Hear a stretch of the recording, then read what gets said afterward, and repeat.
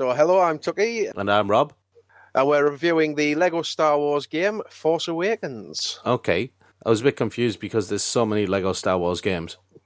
Yeah, it's like, I think they released it, way back when they brought out the prequels. And it's like Episode 1, Lego Star Wars Episode 2, Episode 3, then the original trilogy, then the Poor trilogy, and now we're on to Force Awakens. Now, don't forget Lego Star Wars 3, The Clone Wars. Yes, the Clone Wars. Yes. That one, for me, was the better of the Lego Star Wars games. And as I've played quite a few of the Lego titles, like Dimensions or Lego Lord of the Rings, which I had for the Vita as well. Yeah. I came in this one expecting, like, well, you know, is it going to be like the usual, the break stuff, rebuild stuff, collect studs, and try and unlock characters along the way?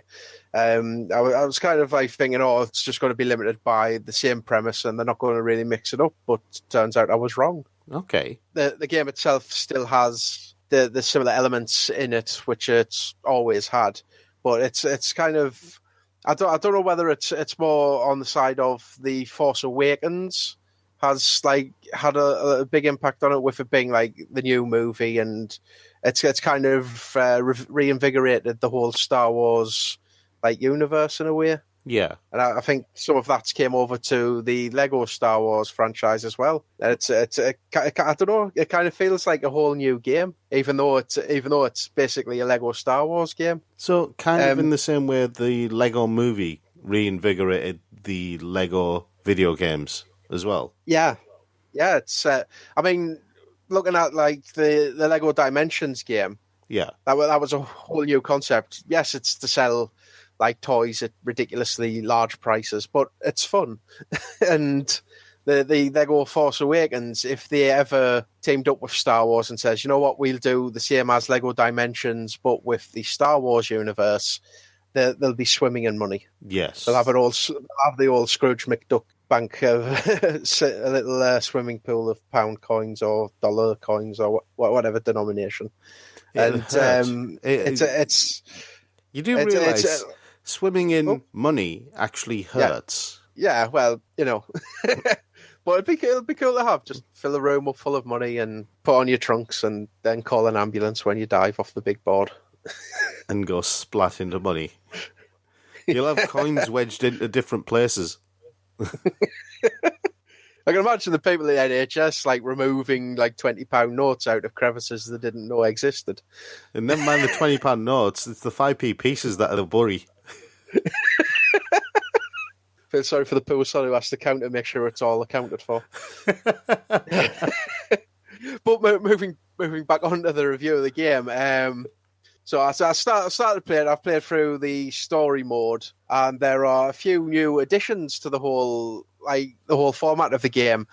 First one was the dogfight, the battles that you can have in X-Wings or in the Millennium Falcon, where you can just blast away as many TIE fighters as you want. Improvements in the game are, for me personally, was the dogfight, which is just fly around in your X-Wing, your Millennium Falcon, any one of the spacecraft that you can unlock, and you just have at it full 360 view. Fantastic. It improves the gameplay greatly because that wasn't in any of the in the older games. Yeah, I was going to say that's a really new addition, isn't it? It is.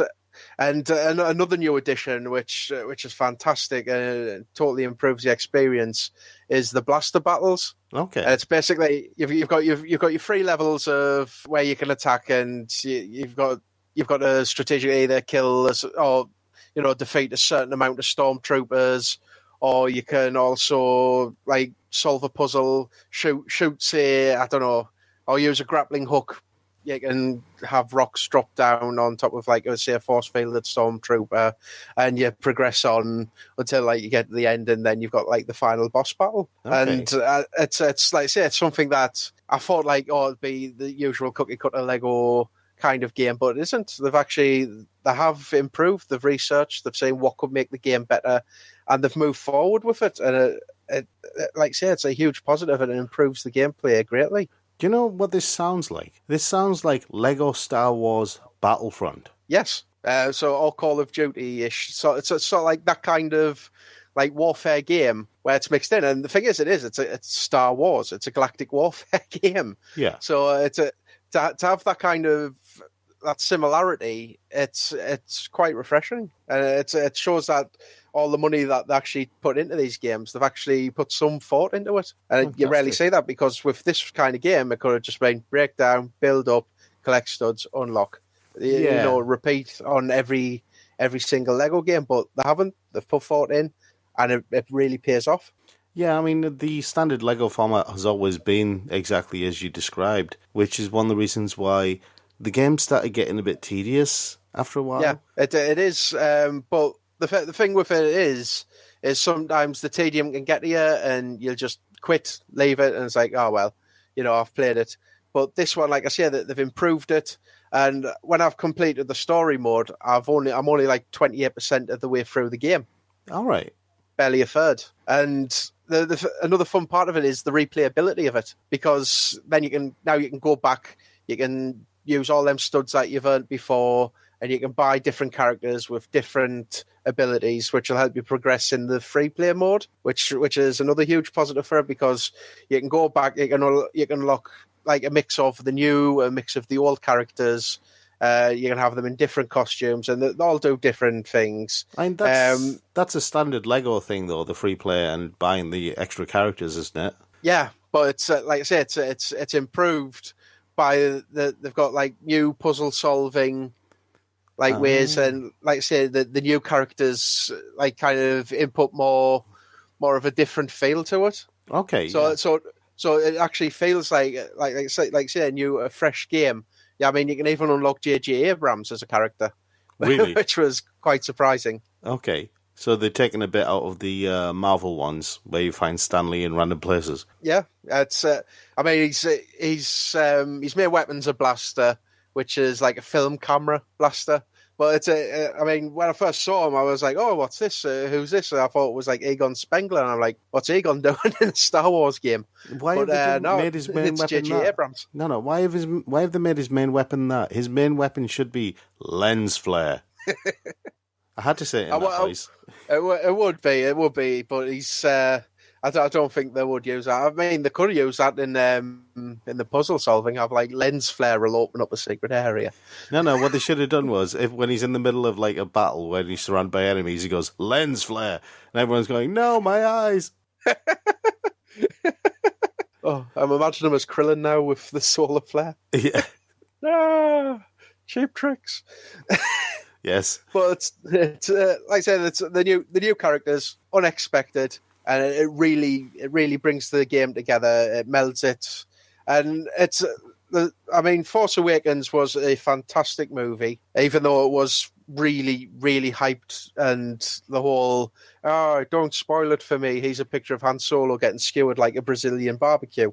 It's it was that kind of thing around it, and Lego have taken like from the movie, and they've added their own spin on it. Well, I think it helps because the movie seems a bit more for adults. Yeah. But the way Disney were doing it, well, they were trying. I mean, the merchandising push alone was trying to like claw in as many children as possible. I know it sounds weird when I say it, like clawing in children. Just Mickey Mouse with like come Mickey children. Mouse in his van. Yeah. Oh, come, and it's oh dear. But it's that kind of thing. But the Lego movie actually does it with such efficiency. Like I say, my son absolutely loves the game. He can now name Star Wars characters. It's like, yes, great. So you can actually talk to your son about Star Wars now? Yeah. I mean, he understands a basic bit. But, I mean, like, I'm playing on the PS4 and he's got Star Wars, Lego Star Wars 3 for the 2DS. And he's like, oh, don't worry. He thinks, like, he can connect the games. Because it's that kind of similarity. He's like, oh, so you're on level 1. And I'm like, no, Gareth, it doesn't work like that. I mean, maybe someday Nintendo and PlayStation will get together. Who knows? But but for now, I mean, he understands it. I mean, even my daughter understands Star Wars now. Yeah, the child of that Nintendo PlayStation union will be a monster. It would be.